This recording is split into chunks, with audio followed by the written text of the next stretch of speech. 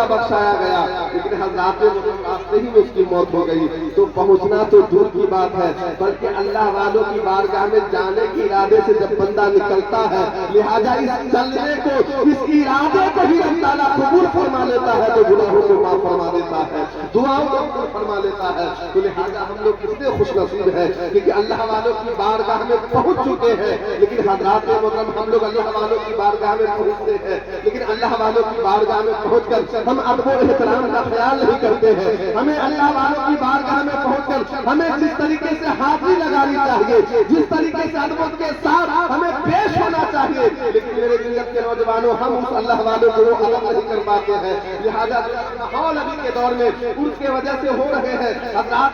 نیک لوگوں کو عرس میں شرکت کرنا، پہنچنا، جانا، چلنا اس راستہ میں بڑا مشکل ہو جاتا ہے، اس لیے کہ راستوں پہ دیکھیں تو حضرات محترم مردوں کے تعداد کم نظر آتے ہیں، خواتین کی تعداد راستوں میں زیادہ نظر آتی ہے۔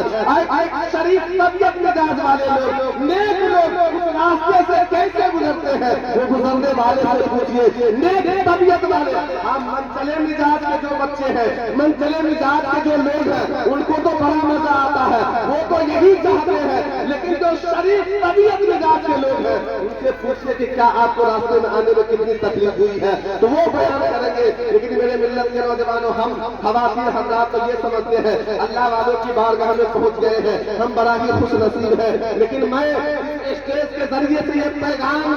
دیتا ہوں کہ آپ اللہ والوں کی بارگاہ میں پہنچ کر آپ اللہ والوں کی رضامندی کو نہیں حاصل کیے ہیں، جن میں تو تمنا یہ ہے کہ اللہ والے کی بارگاہ میں حاضری لگائے ہیں، اللہ والے راضی ہو جائے، اپنا نظر کرم کر دے اور ہماری مصیبتوں کو دور کر دے۔ لیکن کبھی آپ نے سوچا جس ولی کی بارگاہ میں ہم آئے ہیں، کیا وہ اللہ کا ولی ہم سے راضی ہوا ہے؟ کیا وہ اللہ والے ہم سے خوش ہوئے ہیں؟ تو میں تو یہی کہوں گا، جو مجھے علم ہے یہ تمام علماء کی موجودگی میں حاضری میں آپ اس ولی کی بارگاہ میں آئے ہیں، وہ ولی آپ سے ناراض ہے، بلکہ وہ ولی کا اللہ کے رسول آپ سے ناراض ہے، بلکہ خدا سے ناراض ہے۔ اور میں تو یہ کہتا ہوں کہ جب آپ لوگوں کو اللہ تعالیٰ اپنے گھر خدا، خانہ خدا مسجد میں آنے سے روک دیا ہے، تو اللہ والوں کی بارگاہ میں آنے کی اجازت کس نے دے دیا ہے؟ خود غور کیجیے نا، خدا کا گھر مسجد ہے، آپ نماز پڑھتے ہیں، گھر میں پڑھتے ہیں، لیکن اللہ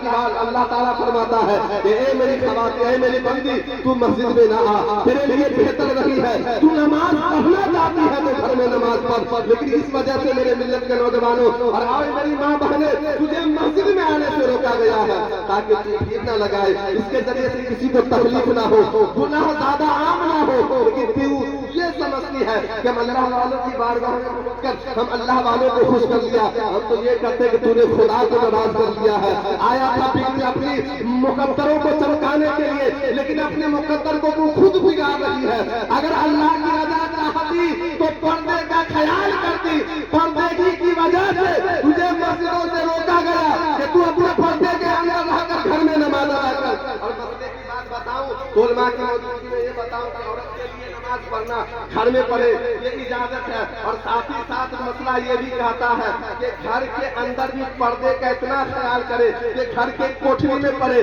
اور جب کوٹھری کے اندر عورت نماز پڑھے تو پھر کنارہ اختیار کرے، یہ نہ کہ راستے پر گھر کے اندر پڑھ رہے ہیں ہم نماز تو ہم راستے میں پڑھے، یعنی گھر کے دروازے کے سامنے میں پڑھے یا گھر کے بیچ میں نماز پڑھے، بلکہ مسئلہ شریعت یہ بتاتی ہے کہ عورت نماز بھی پڑھے تو اپنے گھر کے اندر، اپنے روم کے اندر تو کنارے میں نماز پڑھے۔ آج میرے ملت کے نوجوانوں اور اے میری ماں بہنیں، آپ کہاں آئی ہے، کن کن نظروں میں آئی ہے، کیا جانتی ہے کہ تیری ملکہ کون ہے، تیرا مخلوق کون ہے؟ تیری ملکہ وہ فاطمہ الزہرا رضی اللہ تعالیٰ عنہا ہے، تو جن کی کنیز ہے وہ فاطمہ الزہرا رضی اللہ تعالیٰ عنہا ہے۔ کیا تمہیں فاطمہ کی زندگی کو پڑھی ہے؟ کیا تمہیں فاطمہ کی زندگی کو دیکھی ہے؟ فاطمہ کون ہے؟ وہ تمام نبیوں اور رسولوں کی سردار کی بیٹی ہے، وہ شہنشاہ